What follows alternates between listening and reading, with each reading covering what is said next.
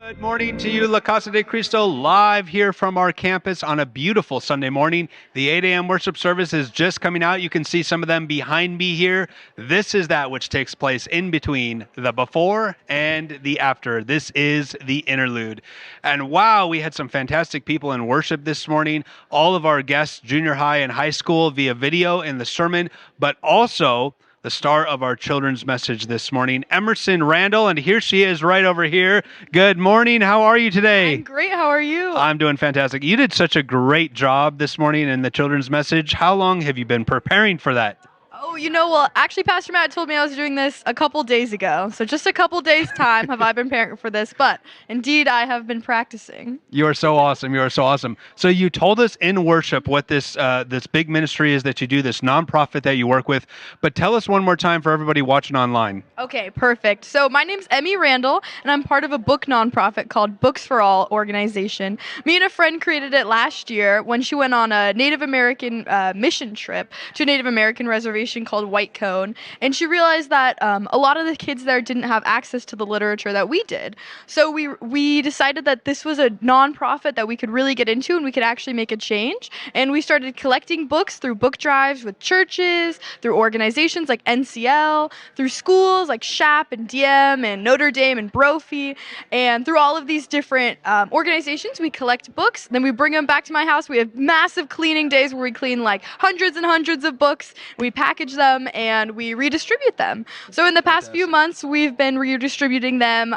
One of our big partners is the Foster Alliance, who is a non-governmental organization that provides resources to foster families. So we do something with their birthday wishes program where every kid on their birthday, every foster kid on their birthday, they get like a hand-picked birthday gift, and it has toys and stuffed animals, and it always includes a book. So we've partnered with them and we provide the books for their birthday wishes program. It's really fun because our organization goes up there and we volunteer with them. So we get a little packet of a kid's name and stuff about them, and we go shopping for them in their big warehouse. And so then we include books that we think that they'd like, and so that's one of our partners. Another one of them, most recently we've partnered with Swift Youth Foundation, Arizona Swift Youth Foundation, who provides educational resources to kids in Title I schools and underfunded and underprivileged schools. We recently worked at the Swift Youth Carnival, which is a big carnival where there's a bunch of like educational activities and fun activities and cotton candy. Just hundreds and hundreds of kids come, and usually they have a bookmobile that came, but last minute they canceled. So they called on us and we had a bunch of books for them. So we went and we gave all the kids their books, and it was just really great. So those have been our big two partners recently, but we're also working to work with some other elementary schools and districts more in Phoenix area and giving them books straight to them. Amazing. This is absolutely incredible. So tell us how this process works. Like if somebody watching right now says like, hey, I got some extra books at home, what are they supposed to do with them? Yes. So we are collecting any book, any genre, and any condition, and you guys can donate them here in these boxes. No matter what condition they are, we'll clean them and we will separate them. And yeah, you guys can just bring them up here and we'd love the donations. So these are our donation boxes here at the church. We use them for various reasons. You can see we're collecting egg hunt donations. We're always collecting food for the food bank. And now for the next 2 weekends, we're going to be collecting books. And so, Emmy, what happens now? The books will be collected, and then they'll go to you. And what do you do with those books? Tell us what's going to happen with them. Yes. So me and our board, it's a board of about 5 people. And this time we're getting a bunch of books from my friend's church as well, and from Chaparral High School and from Notre Dame. And we're going to be taking them. We're going to have a big book cleaning day at my house, and we just turn on music and we go through all of them and we separate them into different ages books, and we package them in boxes and we put our little logo on front. It's just a big work day. But then we will then redistribute them to either the Foster Alliance for the newer books, and then for the older books, they'll probably be going to a Title I school in Phoenix. Now, have you been to one of these sites where the books end up either through that Foster Alliance or onto one of those reservations that you were talking about? So I personally have not gone on the reservation just because my friend has the personal connection with them. But she did actually go see them one-on-one. And it was the whole entire community came into their little church area and they had all the books. We probably brought around 350 books to them. And we laid them out in the big gym of their church. And all the kids could come with big bags and grab as many books as they wanted. I I have, though, been to the Foster Alliance personally, and it's just a huge warehouse with so many toys. They also provide just any resource that a foster family would need, so they don't have to like go out of their way to buy a crib. They have everything. So it's a massive warehouse, and one section of it is specifically for books, and so they're separated into different genres, cooking, different ages, all different things. And so we'll also help sort them at the Foster Alliance as well. We always hear about how reading is really the foundation of education. It gets a jump start in education. So this is perfect because, there's all kinds of great things. We could donate toys or whatever. These are all wonderful things. But reading is a very specific thing that really helps our community with education purposes, and especially those who need the access to books. So it's wonderful. Now, Emmy, I want to ask you a question tied into worship today. How old are you? I'm 16. 16, and where do you go to school? What grade are you in? I go to Desert Mountain High School, and I'm a junior. So you're in high school, 16-year-old in high school. Emmy, is it true that a 16-year-old in high school could even make a difference in this world? Oh, goodness. What a question. I definitely think there is. I think that even no matter what age you're at, how you interact with people is one way that you can change the world. Even though I'm not in a career yet, I can still do little things to try to edge towards solving bigger issues for sure. So like in education, reading's been such a powerful thing for me. I think it's something that empowers you to be able to learn. Really, reading is the foundation for everything. So that's one thing that I think that even a high schooler can target, even in our just local area, because we don't have to go international to help. Like we don't have the resources to go to, international places to go help people in different countries, but we do have the resources to help around here. So in that way, we can do what we can. Yes, and I'm going to quote the scripture from worship this morning.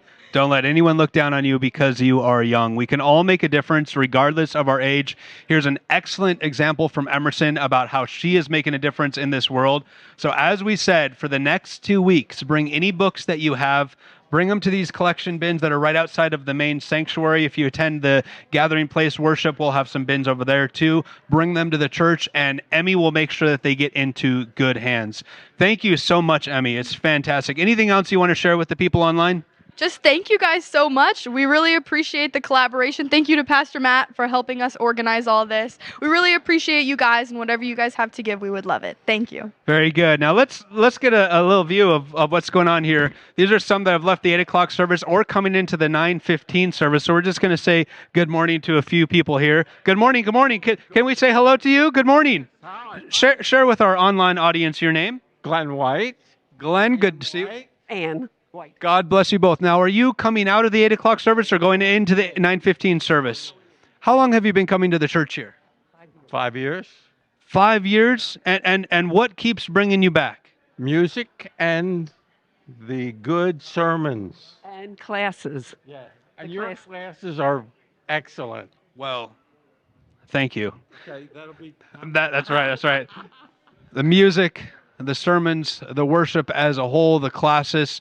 We're very blessed here at the church, aren't we? We are very blessed. Absolutely. Very good. Well, thank you for stopping to say hello and enjoy the worship experience this morning, and God bless you both.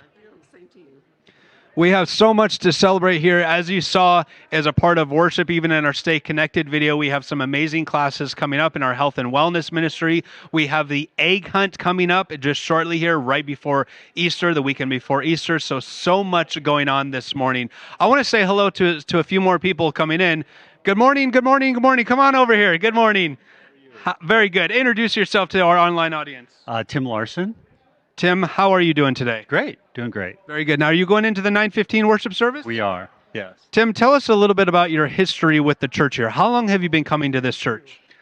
We moved into this area from West Phoenix in 93. And so we've been coming ever since 93. That was the Thunderbird campus. 1993. Yeah. They had churches back then? Yeah, they did. They did. This is amazing. That's a long time. Now, what are some of the big changes that you've seen at the church over all those years? Certainly the larger campus and the big move to this campus. And it's, we just love the place, and they have such a great youth program, and our kids all went through that.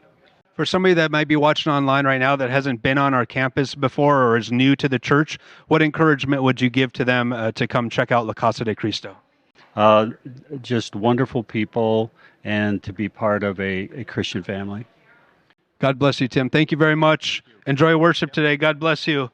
Well, what a beautiful morning we have here. I also want to point out something very special in the background here. You see Mr. Sal working on our church fountain. You see Sal back there? This church fountain is newly renovated. It's got a whole new upgrade to it, and we are all ready for Easter, so they're putting the final touches on it now. And when you come to campus between now and Easter, you're going to see a brand new fountain, something amazing, amazing to celebrate. So much going on here this morning. If you're still able to get on campus today, come on down and join us. So we've got so much great things going on, and we will in the future as well. God bless you all. This has been The Interlude.